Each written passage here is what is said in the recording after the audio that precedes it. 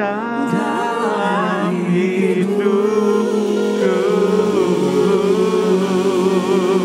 Yes. Kami sadar Tuhanlah yang mengejar kami. Tuhanlah yang merindukan. Kami selalu hadir di kehadirat-Mu Tuhan. Terima kasih, kami mau nyatakan lewat pujian ini, Tuhan gak bertepuk sebelah tangan. Karena kami pun sungguh berhasrat akan Tuhan. Kami sungguh ingin menjadi pemburu-pemburu Tuhan. Karena Engkau duluan yang sudah memburu kami dan menemukan kami. Terima kasih buat cinta-Mu. Dan biar cinta-Mu yang mengisi dan memenuhi kami. Kami pakai kembali untuk mencintai Engkau dengan habis-habisan Tuhan. Terima kasih untuk hadirat-Mu. Terima kasih untuk ibadah yang luar biasa sore malam hari ini. Lanjutkan lawatan-Mu. Bawa kami lebih dalam lawatan Tuhan. Lewat firman-Mu, lewat kebenaran-Mu yang memerdekakan kami, yang menyembuhkan kami, yang memulihkan kami. Bahkan biar kebenaran-Mu sekaligus membangkitkan kami. Jadi generasi gereja Tuhan yang dahsyat di akhir zaman ini. Terima kasih untuk kesempatan yang dahsyat. Sekali lagi malam ini kami nggak mau pulang dengan sama waktu kami datang. Pertemuan dengan Tuhan membuat kami dibaharui dan terus diubahkan. Dan biar makin serupa dengan yang Tuhan mau. Berfirman, pengurapan-Mu turun atas kami semua. Di dalam nama Yesus. Yang siap terima dan belajar firman-Nya. Katakan sama-sama. Amin. Wow, praise the Lord. Silakan duduk saudara-saudara. Thank you banget buat lawatan Tuhan yang indah sore ini. Lama sekali tidak ketemu saudara-saudara. Apa kabar saudara? Tahun lalu kalau tidak lagi genting, ya nggak lagi meningkat kasus COVID-nya, mungkin saya jadi datang ya. Dan akhirnya hybrid kalau nggak salah ya, petugas yang hadir, hamba-hamba Tuhan yang melayani yang hadir, tapi sebagian yang lain lewat online. Dan akhirnya saya kirim rekaman untuk sharing saya. Ya, saya share tahun yang lalu untuk ibadah AOC di Bandung tentang bangun iman, saudaraku.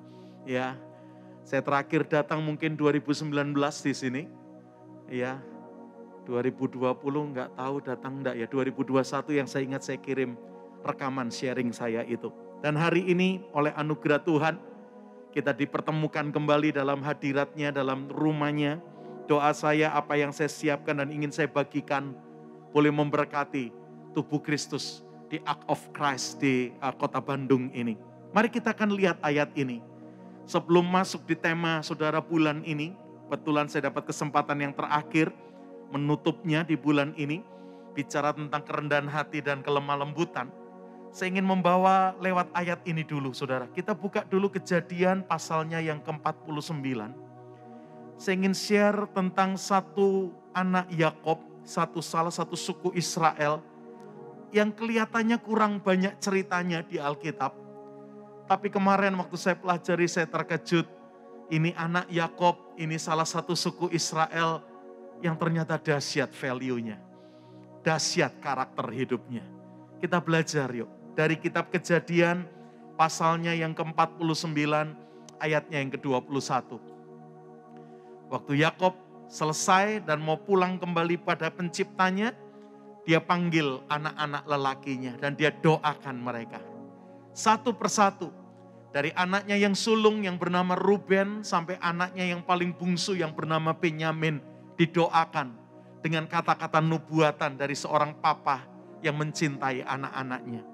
Dan Kejadian 49 ayat 21 adalah doa berkat Tuhan dari seorang ayah yang bernama Yakob kepada anaknya yang bernama Naftali. Naftali ini anak Yakob dari gundiknya ya, atau dari hamba istrinya namanya Bilha. Yakob punya dua istri, Lea dan Rahel. Dua-dua istrinya punya asisten.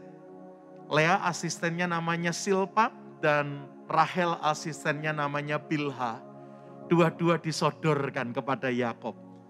Waduh, itu kayak nyodorin kucing dengan ikan asin. Disikat semua sama Yakob, saudaraku ya. Dan dari hamba yang bekerja sama istrinya Yakob, akhirnya Yakob pun punya anak dari mereka. Nah, dengan Bilha, hamba yang melayani Rahel, Yakob punya 2 anak, salah satunya ini Naftali. Dan ini doanya Yakob kepada putranya ini, ya, yang lahir dari istri Yakob yang bernama Bilha, hambanya Rahel. Naftali, kata Yakob, adalah seperti siapa? Rusa betina yang terlepas. Ia akan melahirkan anak-anak indah. Wow, waktu saya ketemu ayat ini, keren ini doanya Papa Yakob buat anaknya yang bernama Naftali. Kamu itu seperti rusa betina yang terlepas. Dan kamu akan melahirkan anak-anak yang luar biasa. Anak-anak yang hebat. Mungkin Bapak Ibu seperti saya waktu ketemu ayat ini dan membacanya. Saya pun berkata, orang tua mana sih yang punya doa yang jelek buat anak-anaknya? Ya oke lah. Ini memang doa seorang ayah untuk putranya. Bahkan ini doa yang luar biasa yang Yakob berikan buat Naftali.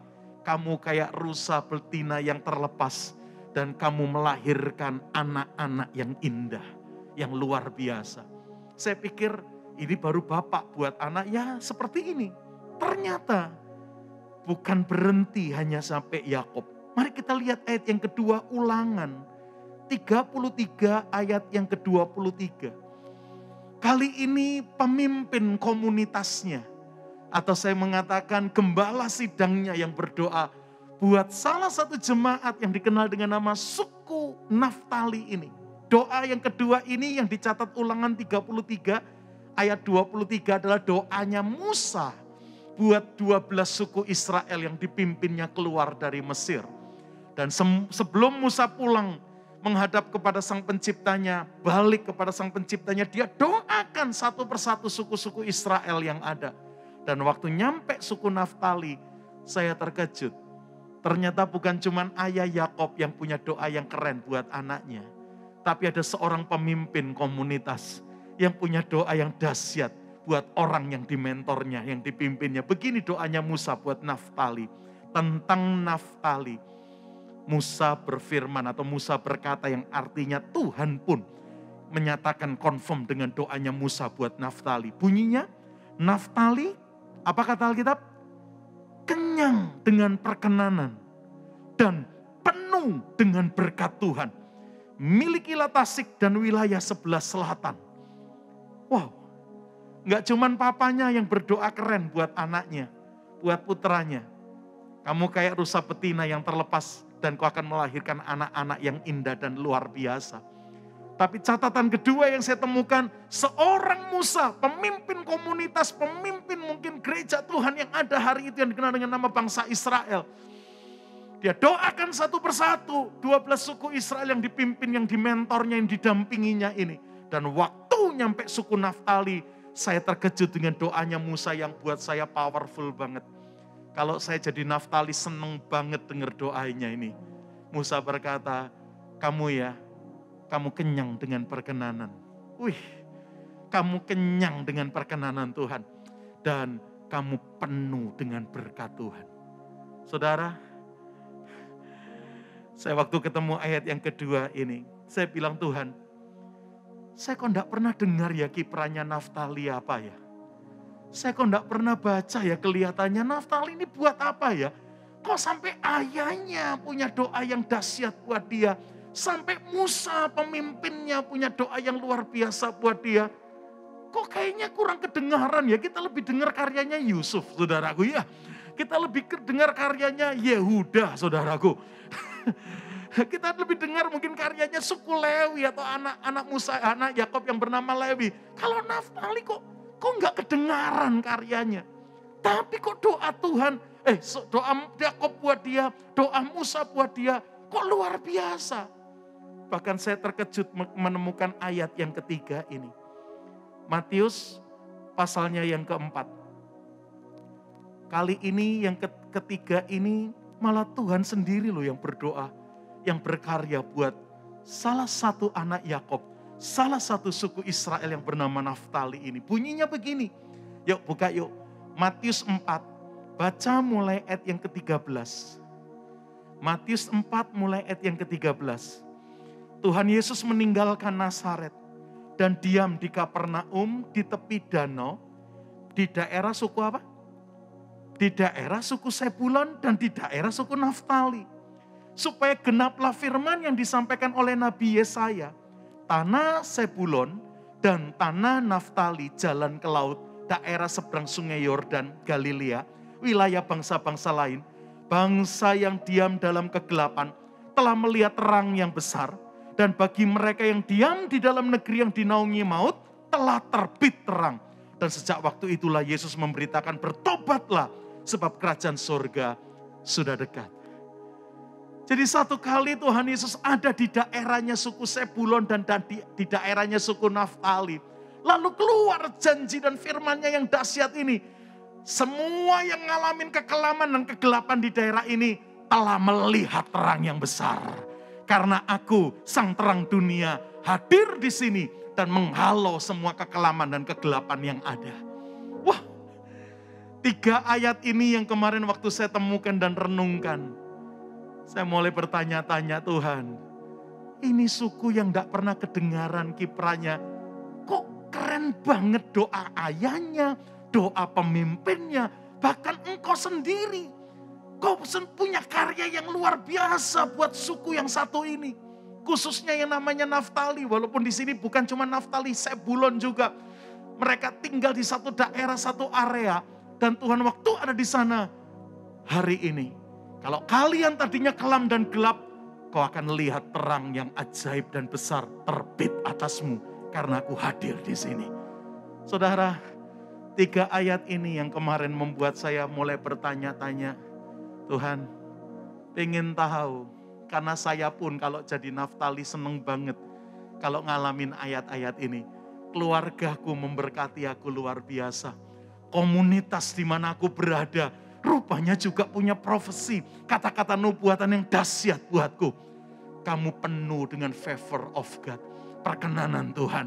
Kamu full with the blessing of God. Wah, keren banget. Musa lagi yang ngomong itu, saudara.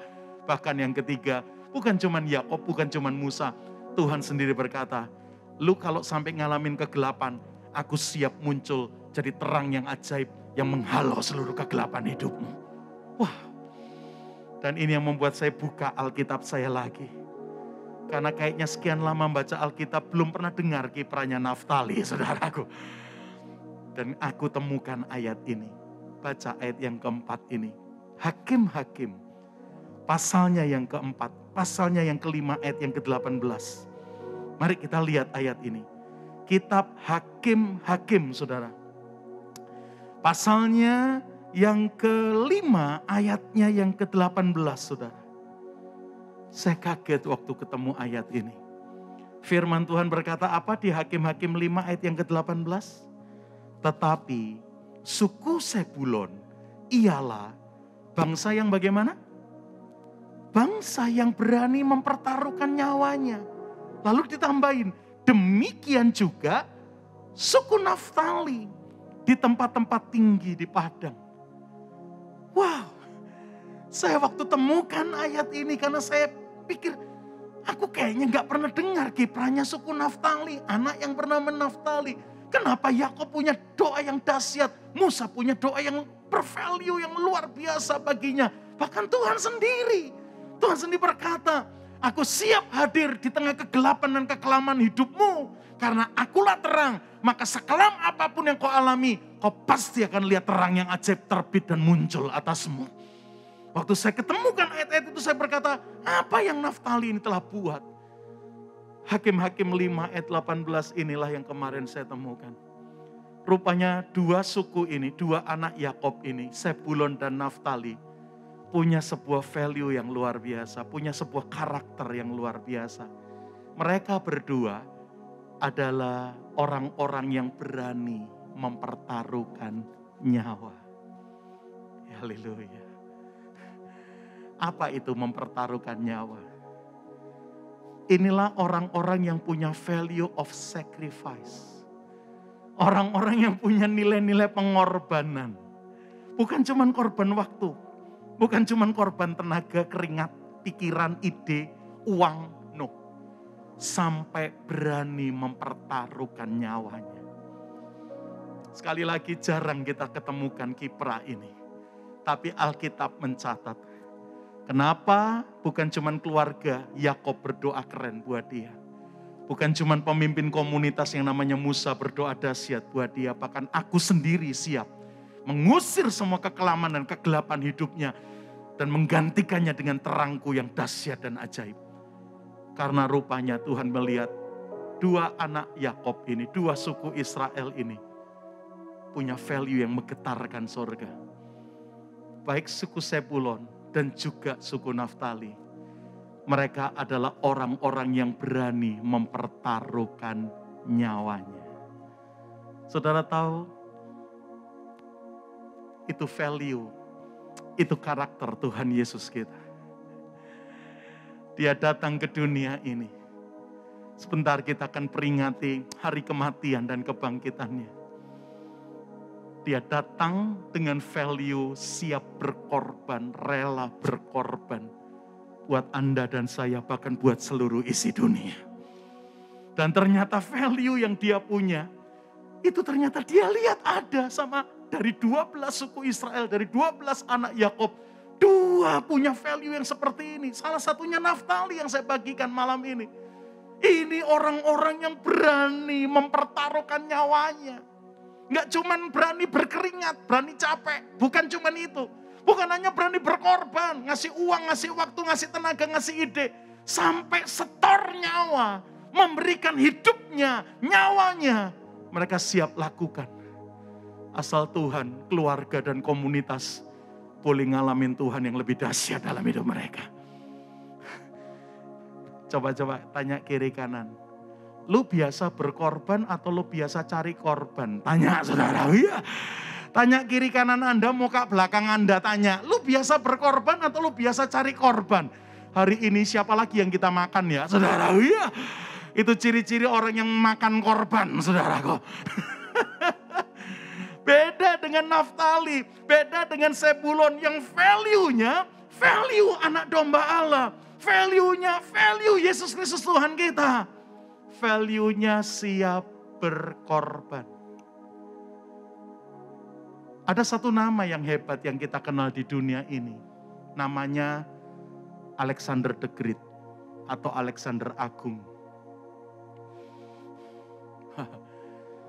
Yang saya terkejut waktu sedikit membaca tentang Alexander the Great atau Alexander Agung.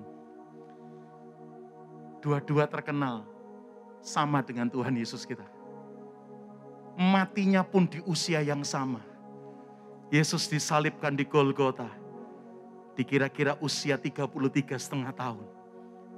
Alexander Agung, pemimpin perang yang tak pernah kalah ini, yang hebat ini, yang terkenal ini. Juga mati di tahun yang sama dengan umurnya Yesus kita. Keren saudara. Salah satu yang terkenal dari panglima yang namanya Alexander Agung kalau bawa prajuritnya perang.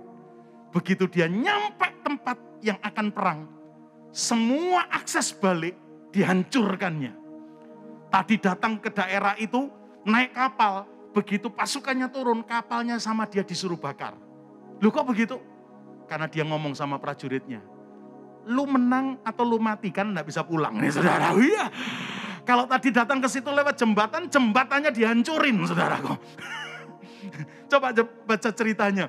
Begitu dia bawa pasukan ke satu tempat untuk memerangi tempat itu, selalu akses yang bawa mereka tiba di situ dihancurkannya. Karena dia mau ngomong begini sama prajuritnya. No turning back ya. Nggak ada kata balik pulang ya. Mati atau kita menang. Kalau lu menang, lu berarti selamat. Kalau lu kalah, nggak bisa pulang. Mati di sini saudara. Dan itu yang membuat prajurit yang dibawanya totalitas dalam berperang.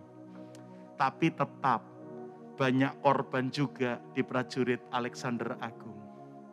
Makanya seorang rekan punya kalimat ini dan saya kaget mendengarnya. Itu yang membedakan Alexander Agung dengan Tuhan Yesus kita. Alexander Agung jadi hebat dan terkenal. Lewat pengorbanan banyak prajuritnya yang akhirnya mati di medan laga. mati di medan perang. Karena akses balik sama Alexander Agung dihancurkan, jembatan, kapal, atau apapun yang tadinya membawa mereka ke sana, dihancurkan karena dia tidak ingin punya kerinduan pulang sebelum memenangkan pertempuran. Banyak prajuritnya mati dan ikut nyumbang punya andil nama Alexander Agung jadi agung beneran. Tapi rekan saya ini berkata, beda dengan Yesus kita. Dia dahsyat dan ajaib. Dia yang mati buat murid-murid bahkan buat seisi dunia, saudaraku. Amin, saudaraku. Value-nya yang satu makan korban, yang satu jadi korban, saudaraku. Itu yang membedakan. Itu value kerajaan Allah. Itu karakter Kristus yang kelihatan banget. Value-nya bukan value makan korban.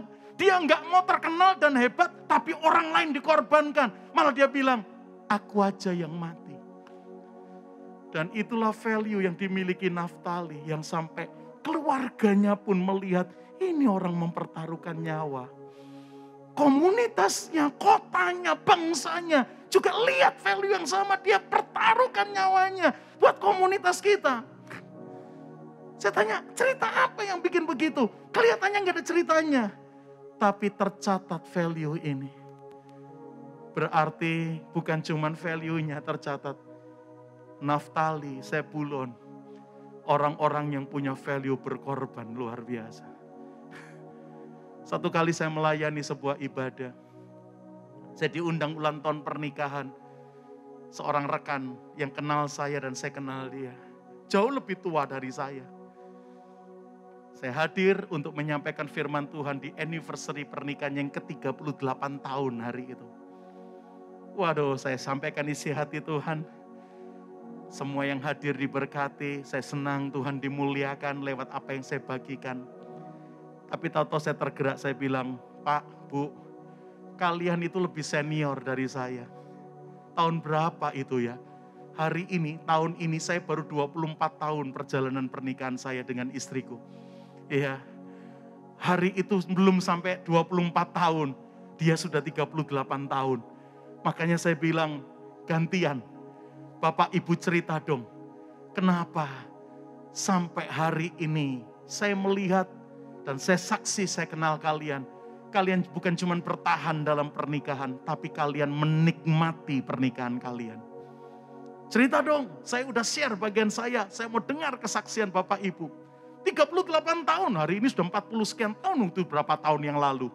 Saat ini aja saya 24 tahun menikah, hari itu belum sampai saudara. Makanya saya bilang, please sharing dengan kami, saya juga mau dengar rahasianya. Dan akhirnya suami ini sharing dan mengagetkan, sekaligus memberkati saya dan semua yang dengar. Dia bilang, memang perjalanan pernikahan tidak mudah, even pendeta pun saya tahu banyak yang hancur pernikahannya. Tapi satu yang kami teladani dari orang tua kami. Saya tanya, apa yang terjadi dengan papi mamimu? Sampai itu jadi warisan buat pernikahanmu hari ini. Papi mami kami luar biasa cinta Tuhan, Pak Pram. Mereka pekerja keras sampai Tuhan memberkati pekerjaannya. Salah satu hasil pekerjaannya apa yang kami kelola hari ini. Kalau saya sebut jangan-jangan Anda langganan tinggal di resortnya, saudaraku ya. Karena ini salah satu tempat yang terkenal, saudara. Ya, dia bilang, ya bukan cuman kami juga punya andil, tapi awalnya lewat papi mami yang memulai segalanya. Tapi papi mami bukan cuman orang-orang yang hebat bekerja dan berhasil. Tapi papi mami juga cinta Tuhan dan bergairah melayani Tuhan. Dan satu kali Pak Pram, mama itu punya kondisi yang suka orang Jawa bilang swak. Swak itu lemah, gampang sakit, sering sakit. Tidak pernah melewati 1 bulan tanpa pergi ke dokter. Bahkan beberapa kali nggak cuma ke dokter, opnam sekali saudara ya. Satu kali mami kritis Pak Pram. Waduh, kami sudah waktu itu lihat kondisinya pada hopeless. Kayaknya bakal pulang nih mami. Dan di kondisi kritis itu, Pak Pram tahu apa yang Papa putuskan. Papa memutuskan untuk menjaga mama 24 jam sehari. Kita bilang jangan Pak, nanti papa sakit juga, kecapean. Sudah kita aja. Emangnya kamu mau jaga mama 24 jam? Ya kalau kita enggak bisa malamnya biar suster yang kita bayar. No. Wah waktu kami bilang biar suster yang jaga. Langsung papa bilang no. Mamimu di kondisi kritis hari ini. Bukan butuh suster yang dibayar untuk menjaganya. Tapi butuh orang yang mencintainya, mendampinginya. Wow. Tapi kalau papa yang jaga, papa sakit sekali gimana? Enggak. Papa enggak pernah sakit katanya. Dan papanya maksa, tidak mau digantikan oleh suster. Bahkan dia ngomong, kalau kalian sibuk datang pas besuk aja, jam besuk. Gantian aja, enggak usah semua kalian datang. Udah gantian aja. Papa yang jaga. Karena di Sikon kayak begini kritisnya, mama bukan butuh orang yang sekedar menjaganya. Tapi butuh orang yang mencintainya ada di sebelahnya. Papa yang jaga 24 jam. Saudara lihat ini. Dan setiap kali anak-anak datang, sekalian jenguk mama, jenguk papa. Jangan-jangan papanya ikut tepar ini saudara. Oh ya. Dan setiap kali mereka jenguk, kadang malam, kadang dini hari, kadang siang, kadang sore, kadang pagi. Papanya enggak pernah jauh dari mamanya. Kalau enggak duduk di sebelahnya, ya tidur di atas pangkuannya. Jadi mamanya tidur, dia rangkul begitu di perutnya, kadang tidur di pahanya, kepalanya sampai duduk. Dan itu menjadi pemandangan berhari-hari waktu mama kritis. Dan yang luar biasa Pak Bram, setiap kali kita lihat, itulah pemandangan yang kita lihat. Papa selalu ada di sebelah mama. Sembuh Tuhan. Tuhan sembuhkan mama Pak Bram. Mama keluar dari ruangan ICU. Mama pindah ke kamar biasa dan tidak lama mama pulih pulang. Wah kami senang, kami syukuran Pak Bram. Terus di syukuran itu Papa Toto ngomong. Nah, kamu ingat ya, dampingi orang-orang yang kalian cintai dan yang mencintaimu. Jangan kasih waktu sisa buat mereka. Kasih waktumu, cintamu, perhatianmu yang terbaik. Dan kalau 6 tahun lagi Papa dipanggil Tuhan, kalian jaga mama kalian baik-baik. Waktu Papa nyampe poin itu, kami langsung, wah ngaco ini Papa. Mama baru sembuh, syukuran atas kesembuhan. Lah Papa cerita 6 tahun lagi dipanggil Tuhan, saudara. Ya. Akhirnya kami selimurkan Pak, untuk akhirnya kita kembali ke acara syukuran Mama sembuh. Lewat dari masa kritisnya. Lalu apa yang terjadi? Selesai hari itu, minggu itu juga, tanpa sakit, tanpa hujan, tanpa apapun alasan yang lain. Papa meninggal, Pak. Papa meninggal, Pak. Saya sebagai anaknya, saya ingat cerita ini. Waduh, saya gak terima loh. Gak ada sakitnya. Kesimpulan kami waktu tahu Papa meninggal adalah kecapean kemarin jaga mama. Kecapean kemarin 24 jam gak mau tinggalkan mama. Akhirnya Papa gak ada sakitnya, tetap meninggal. Kira-kira di minggu kami habis syukuran itu.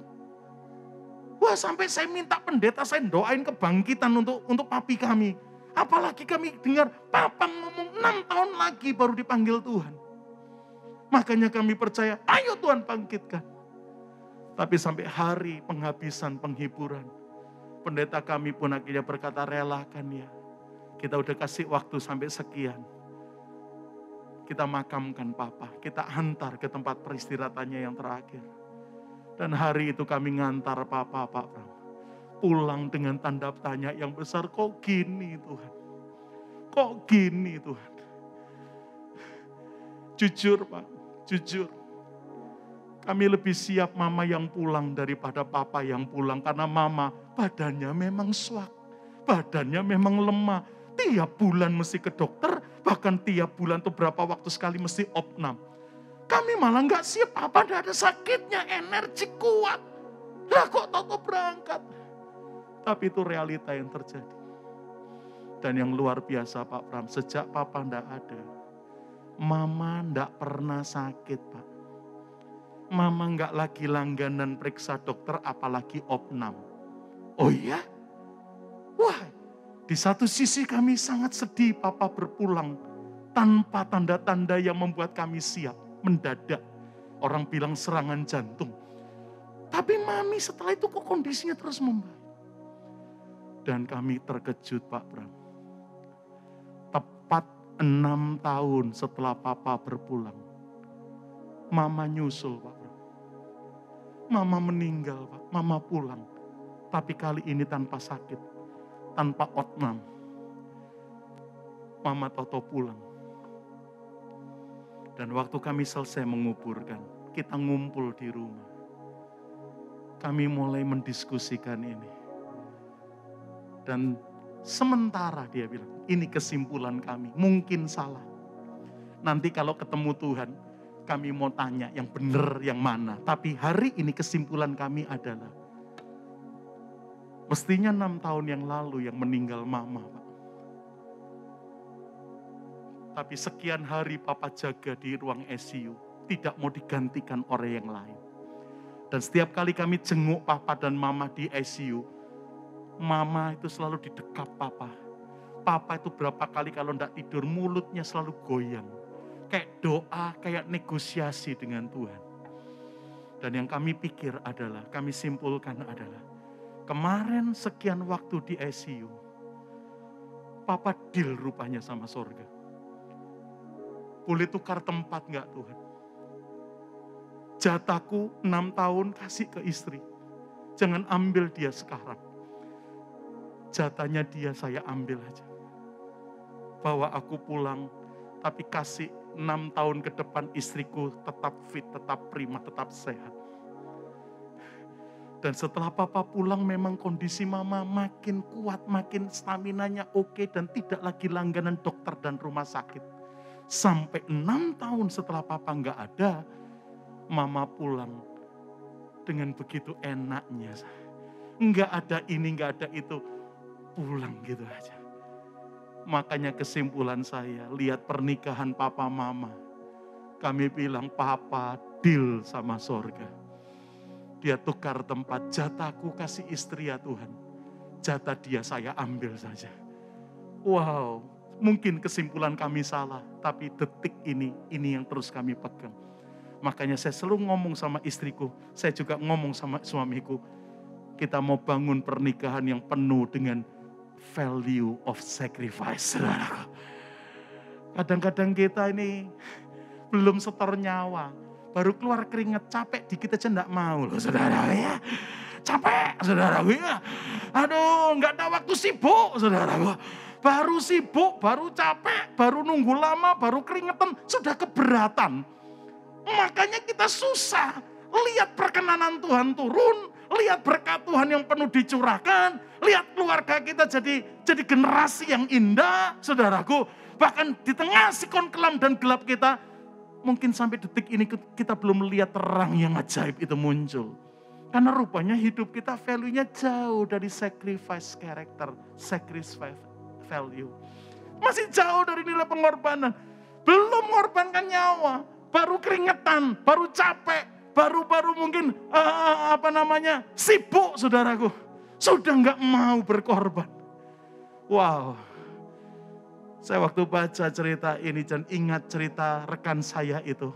Saya diberkati, inilah value yang membuat sorga memberkati Naftali dan juga Sebulon luar biasa saudaraku. Amin saudaraku.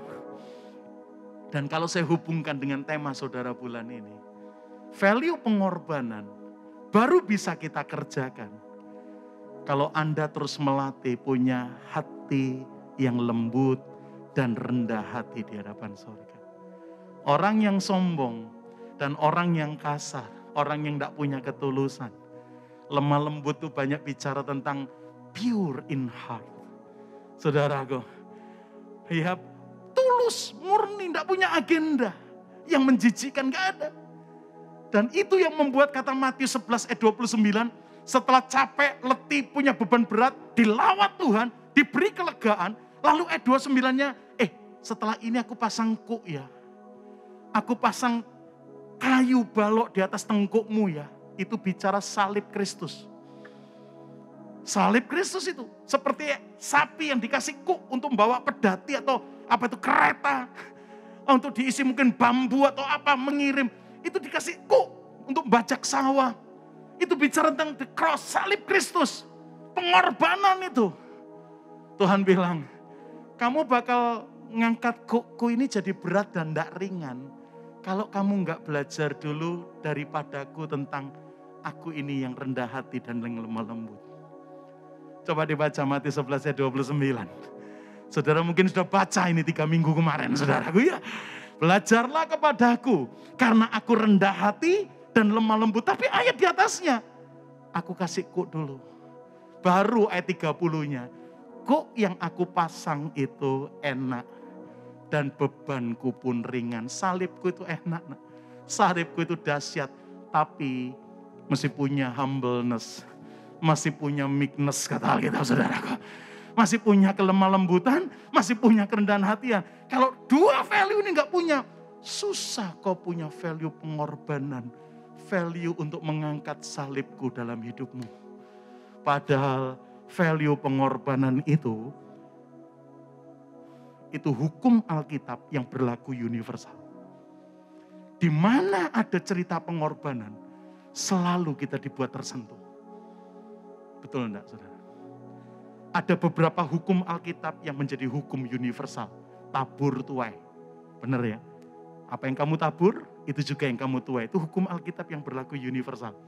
Kamu berani merendahkan hati, aku tinggikan. Kamu berani meninggikan hati, aku akan rendahkan. Itu hukum Alkitab yang berlaku universal. Hukum Alkitab yang berlaku universal yang ketiga adalah, apa yang tidak kamu hargai, apa yang kamu remehkan, pasti akan diambil daripadamu. Apa yang kamu tidak hargai, apa yang kamu remehkan, pasti hilang dari hidupmu. Betul loh. Itu cerita Esau yang meremehkan hak kesulungan dan akhirnya nangis untuk minta hak kesulungan, gak dapat loh. Karena hukum ini, apa yang lu remehkan, apa yang lu tidak hargai pasti hilang, pasti akan diambil daripadamu. Nah, hukum yang keempat yang berlaku universal ini, pengorbanan itu selalu baunya wangi. Pengorbanan itu selalu baunya menyenangkan Tuhan. Wih, saudaraku. Makanya sampai detik ini, begitu dengar orang yang rela berkorban, selalu ceritanya nyentuh hati.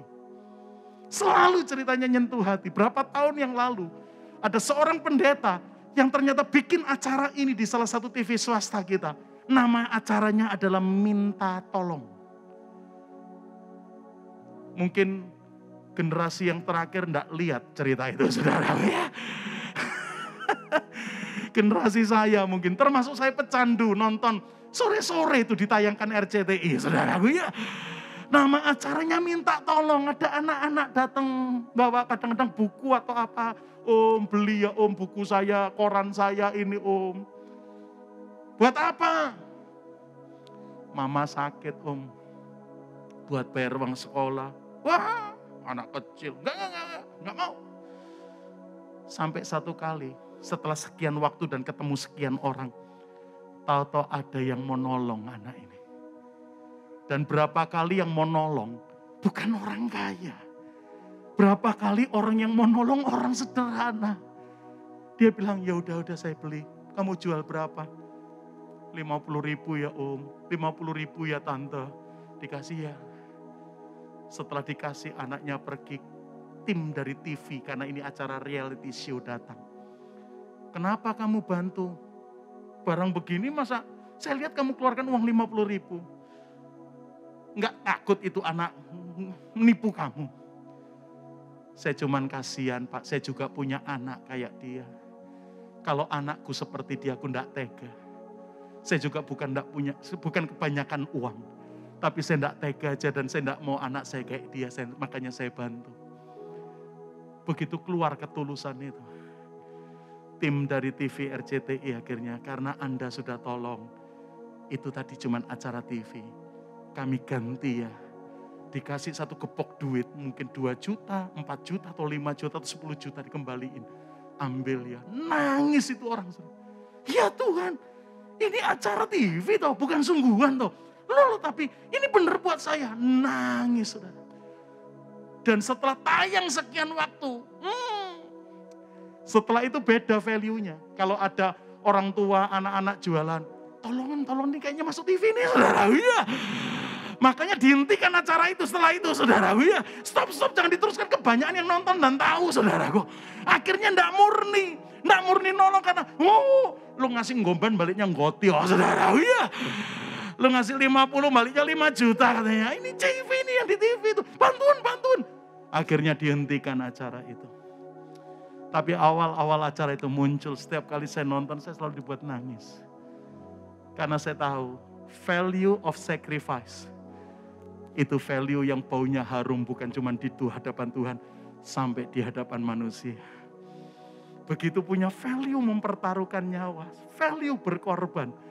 Value itu pasti dengar cerita papa rekan saya yang sampai rela setor nyawa ganti buat istrinya.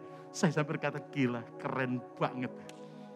Beberapa suami istrinya sakit, cepet Tuhan, cepet ambil saudara. Iya. Mau kawin lagi dia saudara, iya, apalagi duitnya banyak saudara, iya. Aduh, tapi yang ini tukar Tuhan. Aku ambil jatahnya, kasih jatah saya ke dia. Value itu yang membuat jadi legacy, jadi warisan buat anak-anaknya. Wow. Satu kali ada satu gereja, jadwal saya, Pak Pram, khotbah di tempat kita dong, gereja gede. Bukan cuman gerejanya besar.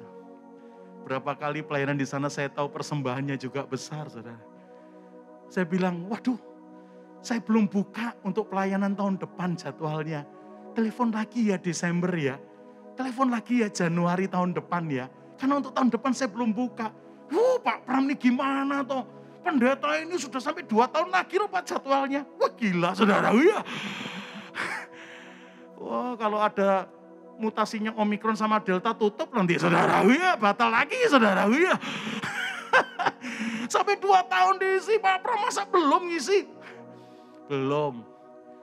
Desember ya, Januari tahun depan aja untuk acara tahun depan. Wah kok lama sekali ya. Saya enggak mau dipimpin jadwal, saya mau dipimpin Tuhan saudara, ya. Beberapa pendeta dipimpin jadwal saudara, ya. Dan akhirnya kan enggak salah Januari saya dihubungi untuk tahun itu. Ternyata dia udah ngisi sampai September, Oktober, November saudara. Pak kita udah ngisi sampai Oktober nih yang tanggal ini yang kosong, September tanggal ini. Pak Pram bisanya yang mana? Bisa semua, kosong semua saya kata saudaraku ya. Nah saya belum ngisi jadwal saudara. Oke ya Pak, kalau gitu yang September ya Pak tanggal sekian ya. Catat ya Pak, oke. Catat saudara. Bulan Agustus, karena dia di luar kota, saya kontak. Bulan depan jadi ya? Tanggal sekian saya pelayanan di gerejamu. Jadi dong Pak, sudah lama loh kita janjian loh. Pak Pram ada perubahan enggak tanggal itu? Enggak sih, enggak ada perubahan. Cuman konfirmasi aja, karena kamu kelamaan jadwalnya saudaraku ya. Aduh, setahun di depan atau 9 bulan di depan, takut batal. Enggak Pak, confirm katanya. Ya sudah. Saya kan perlu cari tiket, kita aja pembeliin, jangan. Saya lebih tahu kapan saya harus datang, kapan saya harus pulang, saudaraku. Saya cari tiket sendiri, nyantai aja. Baik Pak, nanti kabari ya Pak, naik pesawat apa, berapa kita ganti. Tenang, sudah nyantai aja. Saya selesai dikonfirmasi, cari hunting tiket murah. Ketemu Garuda Fair misalnya saudaraku ya. Ada tiket kok bagus nih, harganya murah sekali, issue saudara. Udah konfirmasi. Issue. 2 minggu setelah konfirmasi, saya ditelepon. Pak, shalom Pak, kami dari gereja ini. Oh iya, udah saya kenal nomormu, udah tak catat, tak save. Kenapa ya? 2 minggu lagi aku datang ya. Lah ya itu Pak, lah ya itu enggak enak itu saudaraku ya. Opo iki lah ya itu saudaraku ya. Pak, sebelumnya minta maaf ya Pak. Ada apa? Ternyata Pak saya buat kesalahan. Kesalahan yang saya buat adalah tanggal Pak Pram melayani. Saya juga jadwal pendeta yang lain ya Pak. Lalu Pak dengar dulu ya, jangan marah katanya. Karena saya ingat 2 minggu lalu Pak Pram udah konfirmasi dan saya sudah oke. Saya mau cancel itu pendeta yang kedua yang saya catat di tanggal yang sama dengan Pak Pram datang. Waktu saya cancel Pak, marah Pak pendeta itu Pak. Waduh, Ya mungkin bahasanya bukan mencaci maki, tapi marah besar lah. Kamu ini gimana sih? Minta-minta jadwalku. Sudah aku kasih, ternyata kamu jadwal yang lain. Waduh, saya dimarah Pak, saya nggak enak Pak. Lalu saya ngomong sama pengurus di gereja cerita ini. Lalu teman-teman bilang, coba telepon Pak Pram. Kalau Pak Pram yang di reschedule, yang diganti tanggalnya, bisa enggak? Dan pastikan kalau Pak Pram bisa, Pak Pram jangan marah. Kayak pendeta ini sudah marah, saudara. Ya. Jadi Pak, maksud saya telepon, misalnya jadwal Pak Pram diganti tanggal yang lain, Pak Pram berkenan enggak ya Pak? Dan pastikan Pak Pram jangan marah ya Pak. Waktu saya dengar begitu jawaban saya, ya sudah kalau gitu, saya bisa di reschedule. Wong ceritamu memposisikan saya harus bisa. Saudara, iya. Kan ceritanya gitu, saudaraku. Kalau saya nggak bisa atau saya marah kan nggak selesai ceritanya, saudara. Iya. Dia memang giring saya untuk bisa ya, saudara. Iya. Tapi sadar enggak bahwa itu mestinya bukan hal yang mudah. Loh dia bisa marah kan saya juga bisa marah. Saudaraku kan gitu kan saudara. Tapi ceritanya membuat saya harus bisa ya saudara. Makanya saya bilang ya sudah saya aja yang di reschedule. Waduh Pak Pram tapi jangan marah ya. Ceritamu membuat saya tidak boleh marah ini saudaraku ya. Lah kamu giring saya tidak boleh marah dan harus bisa kok saudaraku. Ya sudah ganti aja. Aduh Pak thank you Pak. Gini kan enak. Dalam hatiku gini enak gundulmu saudaraku ya. Lu enak gua gak enak saudaraku. Tapi sekali lagi yang saya mau sharingkan. Value of sacrifice itu. Bukan cuma dinantikan surga. Dinantikan dunia. Sudah terlalu banyak orang yang suka makan korban. Jarang yang mau berkorban. Sampai yang satu hebat karena korban prajuritnya. Tapi Yesus datang beda. Aku siap hebat, aku yang siap berkorban untuk kalian. Haleluya. Dan akhirnya saya diganti ketemunya bulan Februari. Karena dia sudah ngisi juga tahun depan saudaraku ya. Waduh ini gereja-gereja sebelum serang COVID ini jadwalnya gila-gilaan saudaraku ya. Setelah pandemi babak belur jadwalnya saudaraku ya. Woi. Ya sudah saya ketemu tahun depan enggak apa-apa saya bilang. Februari ya saya catat. Akhirnya selesai telepon. Saya baru ingat aku udah isu tiket ya saudaraku ya. Aku udah isu tiket. Istri saya bilang udah lain kali Gosio aja. Oh Gosio kadang mahal sekali saya katakan. Aduh ya sudah di kota itu kita akan punya anak-anak yang kita bina. Keluarga-keluarga yang kita mentor. Saya kontak mereka aja, biar saya ketemuan. Sayang tiketnya ini murah nih. Kalau nggak dipakai angus, udah saya jalan aja udah tak bayar. Saya kontak rekan-rekan saya di sana. Kosong nggak tanggal sekian, saya datang ya. Kok Pram pelayanan di mana? Kok bisa ketemuan dengan kita? Saya mestinya khotbah di gereja ini tapi batal. Loh kenapa? Saya cerita. Kurang aja tuh gerejanya, kita demo ya kok. Jangan saudaraku ya. Walah anak rohani saya malah marah saudaraku ya. Bapak rohaninya dibegitukan. Saya bilang, udah, saya udah isi tiket, saya ketemu kalian aja. Malam ya kok, itu hari kerja sebabnya. Oke, gak apa-apa malam aja. Karena saya udah issue tiketnya. Ya sudah kok, kita konfirmasikan. Kan masih berapa hari lagi. Ya udah. 4 hari sebelum hari H. Kira-kira seminggu setelah dibatalkan. Saya ditelepon lagi loh. Pak Bram, aduh Pak ceritanya panjang. Apalagi saya kata saudaraku ya, apalagi tuh. Pak, pendeta yang marah, yang gara-gara dia marah kami akhirnya reschedule Anda. Dan Anda mau di reschedule. Hari ini kami hubungi Pak. Kami mau nanya, nanti 4 hari lagi datang naik apa kami jemput. Kamu langsung pulang atau tinggal di kota kita. Kami siapkan hotel ya. Kami mau nanya itu. Jawabannya mengagetkan saya Pak. Apa yang terjadi? Dia bilang, loh katanya kamu Pak Pram yang melayani tanggal itu bukan saya. Saya udah kasih tanggal itu ke pelayanan yang lain. Loh Pak, kan tadinya memang mau begitu Bapak marah. Lalu kita yang rubah Pak Pram yang di reschedule Anda supaya tetap datang tanggal itu. Kok sekarang Anda bilang enggak bisa? Aduh maafkan saya. Karena yang ada di benak saya Anda dengan Pak Pram bukan dengan saya. Jadi saya kasih tanggal itu ke orang lain. Ya Tuhan Pak. Dari dua pembicara hilang semua sekarang Pak saudara. Ya. Sorry. Saya nggak bisa datang karena saya harus ke sini. Tanggal itu, jam itu. Ya Tuhan. Saya baru rapat Pak dengan pengurus gereja. Lalu teman-teman pengurus bilang, cepet telepon Pak Pram tanya. Semoga belum diganti pelayanan yang lain tanggal itu, semoga dia tetap bisa datang. Makanya kita nanya, Pak, Anda masih kosong enggak tanggal itu? Saudara,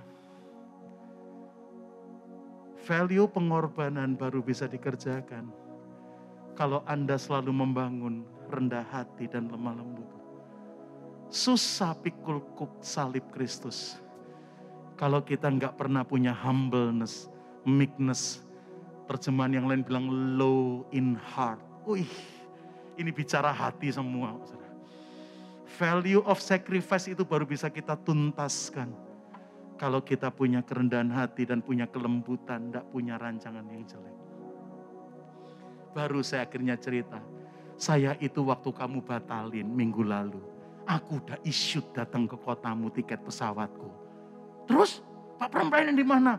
Enggak sih, saya cuma ketemu anak-anak rohani saya di sana, nggak ada pelayanan yang lain. Jadi tanggal itu masih kosong Pak. Wah, dan Pak Pram tetap datang. Iya. Wah, memang Anda ini yang disiapkan Tuhan untuk gereja kami Pak. Minggu lalu enggak ngomong gitu loh saudaraku ya. Bahkan minggu lalu enggak nanya saya udah isi tiket atau enggak saudaraku ya. Wah, orang Kristen tuh pinter cocoknologi saudaraku. Endingnya tuh kepentingannya dia loh saudaraku ya. Aduh, saya dengar itu rada gregetan. Tapi saya bilang, ya, saya tetap datang kok. Tenang, saya akan layani kalau gitu. Waduh Pak, thank you. Saya beri kabar teman-teman, pasti sukacita. Thank you ya Pak, dan sorry banget ya kami memperlakukan Pak Pram sepertinya kayak begini, kayak tambal butuh. Sorry banget, saya bilang, it's okay. Dan ketika semua sudah selesai dan ditutup teleponnya, Roh Kudus itu bicara di hati saya, Pram, kamu tuh mau dibeginikan karena kamu betul-betul rendah hati, atau yang pertama, sudah issue tiket, jadi kamu tidak mau rugi, sudah issue tiket saudaraku ya. Yang kedua, kamu kan kenal gereja itu, pelayanan di sana biasa dikasih berapa? Gede kan? Kalau tempat yang lain yang ngasih kecil dan kamu diperlakukan yang sama, masih mau datang kamu? Masih mau melayani ke kamu di sana? Dia selesai, aku belum selesai loh dengan cerita itu saudaraku ya. Tak paham maksud saya saudaraku. Oh thank you Pak, dia pasti beri kabar, udah Pak Pram bisa datang kok. Dia tetap datang, waduh kan dia selesai. Ternyata aku belum, karena Tuhan tanya, kamu tuh mau diperlakukan kayak begini. Betul karena kamu humble, karena kamu hambaku yang keren, yang dahsyat. Atau kamu enggak mau rugi, sudah issue tiket. Ketemu anak rohanimu malah kamu yang ngajak makan dan bayari, jangan-jangan saudaraku ya. Yang kedua, kamu kenal gereja itu, kamu udah biasa pelayanan di sana, kamu kenal biasa yang mereka berikan kepadamu berapa. Kalau tempat-tempat yang tidak seperti mereka dibeginikan, mau tetap datang nak? Jujur, saya enggak punya jawaban. Saya enggak berani sok rohani, pasti bisa bela saudaraku ya. Alah saudaraku, ganti Tuhan ngomong gondolmu nak saudaraku ya. Belum tentu loh kalau saya di tempat yang biasa ngasih kecil dibergitukan saya mau datang. Wah saya bilang, saya juga udah ada pelayanan, kamu batalin sih kata saudaraku ya. Aku cerita sama istriku, aku kok Tuhan ngomong kayak begini waktu ngalamin ini. Tato istriku ini ngomong gini, udah layani, datang dan layani yang terbaik. Nanti kalau selesai kamu diberi persembahan, kembalikan aja persembahannya. Karena kamu juga sebelum hari ini ditelepon dan akhirnya jadi pelayanan di sana, kamu kan kemarin sudah mikirnya datang ke sana nggak dapat apa-apa, cuman ketemu rekan-rekan kita dan kamu share dengan mereka. Ya sudah, layani yang terbaik. Tapi kalau mereka kasih, tolak dan kembalikan saja. Paling tidak kamu latihan. Lain kali kalau Tuhan tanya, sudah punya jawabannya kan udah latihan. Waktu istriku ngomong gitu, langsung kesimpulan saya, kamu lebih pendeta dari saya, saudara. Dan saya juga belum berani mengamenkan sharing istriku. Karena aku tahu berapa yang biasa mereka kasih kalau saya khotbah di sana, saudaraku. Itu Garuda PP lebihnya masih banyak, saudaraku ya. Saya bilang, oke, pray for me. Doakan aku ya. Saya datang hari itu. Saya layani hari itu. Dan betul, Ketika semua selesai, Tuhan bekerja dahsyat. Pengurus datang minta maaf dengan semua yang sudah terjadi. Lalu mereka bilang, Pak, sedikit persembahan kasih dari kita ya. Saya waktu lihat amplop itu, aku kenal iki piro, saudaraku ya. Aku ngerti ini berapa, saudaraku ya. Waduh, saya mulai gundah gulana, saudaraku ya. Lalu saya bilang, saya cerita ya. 4 hari yang lalu kamu selesai telepon, kamu selesai, aku belum selesai. Ini loh yang terjadi. Saya tidak bisa punya jawaban ketika Tuhan tanya, kalau tempat lain yang bukan kalian, aku masih mau dibeginikan enggak? Saya belum punya jawaban. Saya tidak berani sok rohani jawab, pasti bisa. Saya takut Tuhan bilang, embela, saudara. Ya. Makanya saya mau latihan ini. Hari ini saya enggak terima ya yang kalian persembahkan buat saya. Thank you. Akhirnya pelayanan hari ini memang saya yang layani. Itu aja. Tahu-tahu pengurus yang ada, Pak. Jangan buat kita lebih tidak berani ketemu Anda, saudara. Kami memperlakukan Anda kayak kemarin sudah, kami udah tidak punya malu, mestinya maafkan kami. Tapi kalau Pak Pram hari ini nolak yang kami persembahkan, aduh Pak, kami takut, kami malu double katanya. Kamu bikin kami lebih enggak berani ketemu kamu. Please Pak, jangan lakukan itu. Yang bagian pendaftaran, saya terutama Pak, semua ini terjadi karena saya biang geroknya, saudaraku ya. Ampuni saya Pak, saya tidak bisa tidur kalau Pak Pram juga tidak mau menerima yang kami persembahkan. Waduh, saya bilang, aku tuh mau latihan. Aku tidak punya jawaban ya ketika Tuhan tanya saya begitu. Saya mau latihan, jadi bantu saya. Saya tidak punya jawabannya. Dia bilang, Pak, boleh enggak cukup kita dengar yang barusan kamu bagikan. Ini jadi session tambahan loh Pak. Jemaat enggak dengar, cuman kita pengurus loh Pak yang dengar Pak. Keren banget. Cukup kita dengar cerita itu. Tapi please ya Pak, terimalah. Mereka paksa saya terima, walaupun saya ingin mengembalikan. Dan akhirnya setelah dipaksa saya bilang, Tuhan aku udah coba. Aku udah coba tapi mereka paksa saya juga. Kalau ada di pihak mereka juga ngerasakan yang sama yang mereka rasakan. Lebih gak malu kan saudara, lebih malu banget gitu. Akhirnya dia bilang, ya sudah Tuhan.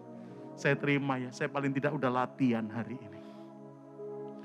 Saya minta izin untuk pulang karena udah dijemput anak rohani saya. Tahu-tahu satu pengurus nututin saya ke depan. Pak sekali lagi terima kasih. Kami dapat spesial rema dari hidupmu, bukan cuma dari khotbahmu hari ini. Saya Pak yang ide sama temen yang ketika dia salah menjadwal pendeta sampai double. Saya minta, udah cepat telepon Pak Pram. Semoga kalau dia di reschedule dia tidak marah. Dan puji Tuhan saya dengar Anda tidak marah. Jadi Anda tuh yang ide itu, iya ngaco. Aku juga bisa keluar tariknya bos. Kamu jangan nganggap saya pasti begitu. Enggak, buktinya Bapak mau. Ceritanya bikin saya harus mau ya saudaraku ya. Dan ketika pendeta itu ternyata tidak datang Pak. Saya juga bilang cepat. Jangan Pak Pram belum isi. Biar dia aja yang ngisi. Dan ternyata betul Anda belum isi malah sudah issued. Pak thank you banget. Untuk value yang bukan cuma khotbah yang indah yang kami dengar. Tapi hidup yang luar biasa. Value pelayanan yang luar biasa. Dan orang ini tahu-tahu pegang tangan saya. Ini sedikit berkat dari saya pribadi ya Pak. Karena tersentuh, terberkati dengan apa yang Anda lakukan buat kami. Saya bilang, loh apa ini? Udah Pak, udah. Pulanglah, itu temanmu udah nunggu lama, kamu gak pulang-pulang saudaraku ya. Yang dari tempatmu aja kami, saya mau tahu gak boleh kamu tambahin lagi apa ini. Sambil apa ini tak buka, refleks saudaraku ya. Sebuah cek ternyata. Yang nominalnya begitu luar biasa jumlahnya. Saya bilang apa janganlah. No Pak, please. Dan sampai hari ini tempat itu dengan saya terhubung dengan baik. Karena sekali lagi, value pengorbanan itu selalu menyebarkan bau yang harum yang luar biasa. Dan bagaimana bisa berkorban? Bagaimana bisa pikul koknya Tuhan? Belajar rendah hati. Belajar terus lemah lembut. Karena itu yang bisa membuat kita angkat salibnya dan makin serupa dengan Kristus. Amin. Wah, biar malam ini jadi ibadah prapaskah ini saudara. Ya. Sebulan belajar tentang kerendahan hati dan kelemah lembutan. Saya tutup hari ini dengan value ini yang bikin kita punya value of sacrifice. Yang membuat di keluarga lihat berkat yang dahsyat, di komunitas, di gereja, di kota, di bangsa lihat pekerjaan Tuhan yang dahsyat. Bahkan sampai Tuhan sendiri berkarya luar biasa di sana. Bangkit berdiri ya, bangkit berdiri ya. Kita mau ngomong sama Tuhan, Tuhan, sebulan kami belajar tema yang luar biasa ini. Ternyata tema ini untuk kami bisa pikul kuk yang Tuhan pasang dalam hidup kami, yaitu salib-Mu. Kami nggak mungkin bisa berkorban kalau kami tidak latihan terus lemah lembut dan rendah hati ini. Wow. Dan sekali lagi ini value yang bukan cuma ditunggu surga, dunia menunggu ini. Sudah kebanyakan orang yang makan korban. Cerita tentang robot, cerita makan korban semua, saudara. Sampai akhirnya bahasa yang muncul kemarin di televisi, mau enggak kerjaan? Di mana kita bisa ambil uangnya orang begitu banyak. Jahat sekali. Dunia dipenuhi orang yang makan korban. Yesus datang punya value yang berbeda, siap jadi korban. Amin. Dan itu bisa dikerjakan karena rendah hati dan lemah lembut. Amin. Kita minta value ini muncul ya di AOC Bandung ya. Value yang membuat keluargamu akan penuh dengan anak-anak indah, saudaraku. Value yang membuat komunitasmu, gerejamu, kotamu, bangsamu akan penuh dengan perkenanan, kenyang dengan perkenanan, dan penuh dengan berkat Tuhan. Bahkan janji Tuhan, kalau value mempertaruhkan nyawa seperti Naftali dan Zebulon kita miliki. Wow, mau kelam sekelam apa datang, terang Tuhan terang pasti terbit atas kita. Haleluya. Kau semakin bertambah. Semakin bertambah, ku semakin berkurang. Tenggelam di dalam kemuliaan-Mu, kau semakin bertambah. Oh, memikul salib-Mu di setiap waktu, biar kebenaran-Mu jadi semakin nyata dalamku. Kau semakin bertambah. Nggak pernah dengar ya lagu ini ya? Lagu temennya Asen itu namanya Frankie Sihombing. Saudara ya? Kau semakin bertambah. Yuk katakan. Semakin bertambah, ku semakin berkurang. Tenggelam di dalam kemuliaan-Mu, kau semakin bertambah. Oh, katakan. Memikul salib-Mu di setiap waktu, di setiap waktu, biar kebenaran-Mu, katakan, jadi semakin nyata dalamku. Oh, kau semakin bertambah. Sebagian orang kalau baca Yesus, sebagian cuma mengagumi mujizatnya, kuasanya. Tapi satu-satunya yang mempesona dari Yesus selain mujizat dan kuasanya adalah pengorbanannya, cintanya. Sampai dia bilang, ambil aku saja Tuhan, biar dia yang sehat, biar dia yang sembuh, biar dia yang hidup, aku saja. Wow, cerita-cerita value ini selalu baunya harum. Karena value yang satu ini bukan cuma ditunggu surga, ditunggu istrimu, ditunggu suamimu, ditunggu anak-anakmu, ditunggu orang tuamu, ditunggu membermu, ditunggu leadermu, ditunggu bangsamu, saudaraku. Dan value ini baru bisa dikerjakan kalau Anda terus membangun humbleness dan meekness dalam hidup kita. Wow, yuk, kita belajar yuk, pulang. Kalimatnya apa? Saya rela dan siap berkorban, asal Yesus dinyatakan. Sebelum nyanyi, kiri kanan muka belakang tanya, lu biasa berkorban atau lu biasa makan korban? Bertobat malam ini. Cerita sebulan tentang rendah hati dan lemah lembut, endingnya ini. Pikul kuknya Tuhan jadi enak dan ringan. Dan kuk itu membawa keselamatan dan perkenanan yang luar biasa.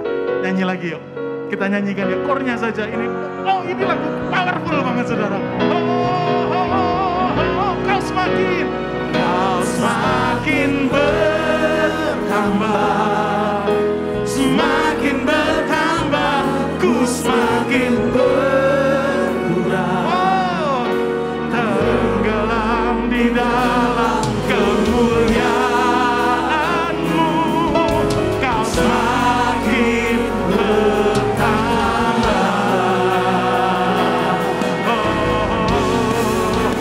memikul salib-Mu di setiap waktu, biar kebenaran-Mu jadi semakin nyata dalamku.